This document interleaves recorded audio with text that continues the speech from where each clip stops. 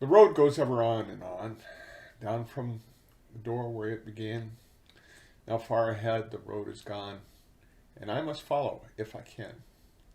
J.R.R. Tolkien in The Fellowship of the Ring.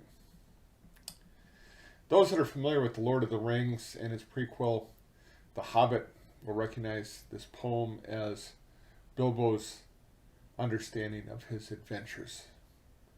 The road that he speaks of is like a stream that comes from his doorway and goes off into the distance, and where it ends he doesn't know.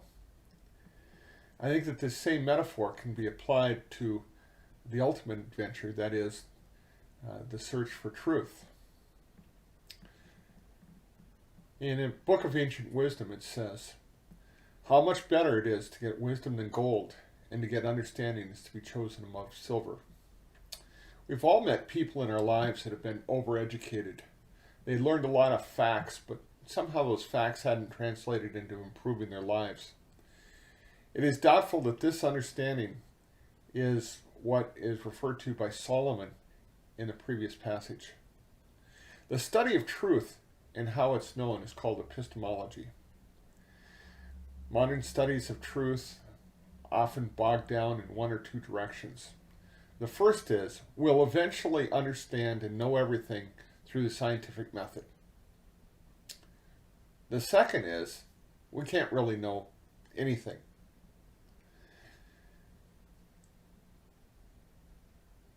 It's interesting that Christian epistemology contains an element that is not held within non-Christian studies. That is, that obedience in response to revelation or the acquisition of facts is necessary for enlightenment, and that a person will return to ignorance if they do not apply what they've learned. The secular presupposition that we can know without submitting is to be rejected. Consider the doubt of Thomas and the unbelief of Pilate. Thomas is given more information by the risen Christ when he doubts that Christ has come back from the dead. On the other hand, Pilate, in dialogue with Jesus, comes to a point in the conversation where Jesus refused to talk to him anymore, and he's met just with silence. What's the difference between these two men? I think that Thomas had legitimate doubts. Dead people normally don't come back from wherever they are. On the other hand, I think that Pilate did not want to be conformed to the facts that he knew were true. And therefore, Jesus was not willing to give him more information because he was unwilling to operate on the information he already had. The Apostle Paul is even more graphic when he states that some claim to be wise but became fools. You probably heard the adage, you can't get there from here. Well, the reality is, if you can get there, you can get there from here. It just might be difficult. Jesus tells the Jewish scholar and leader Nicodemus, "Men love darkness rather than light, for their deeds were evil." In other words, ignorance is not only from the lack of facts, but from lack of willingness to conform our behavior to the facts. As Bilbo rightly points out, the road begins at a door, the door to your home. That's how you deal with truth. You learn something where you're at, and then you're faced with a question. Do you follow it, or do you ignore it?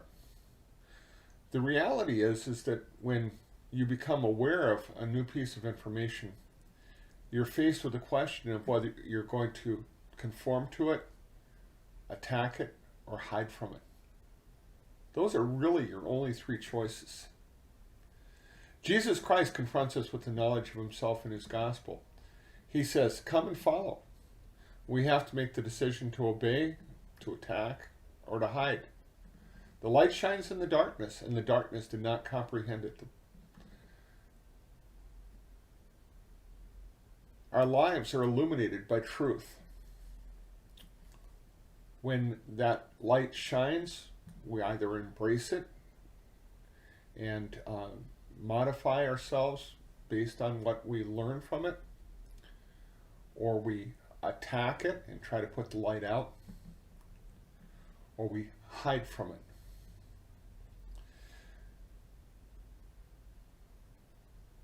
The story of the talents, one of the many parables that Jesus shared about, talks about a servant who's given a great deal of money and he's told to use it. He refuses to use it, and because of his refusal to use what he was given, even what he had was taken away from him and given to somebody who was willing to operate on it. If you apply that to truth, if I know something and I respond to it, I'll learn more things. If I know something and I refuse to conform myself to it, even what I have will be taken away. I'll lose that knowledge or understanding or insight.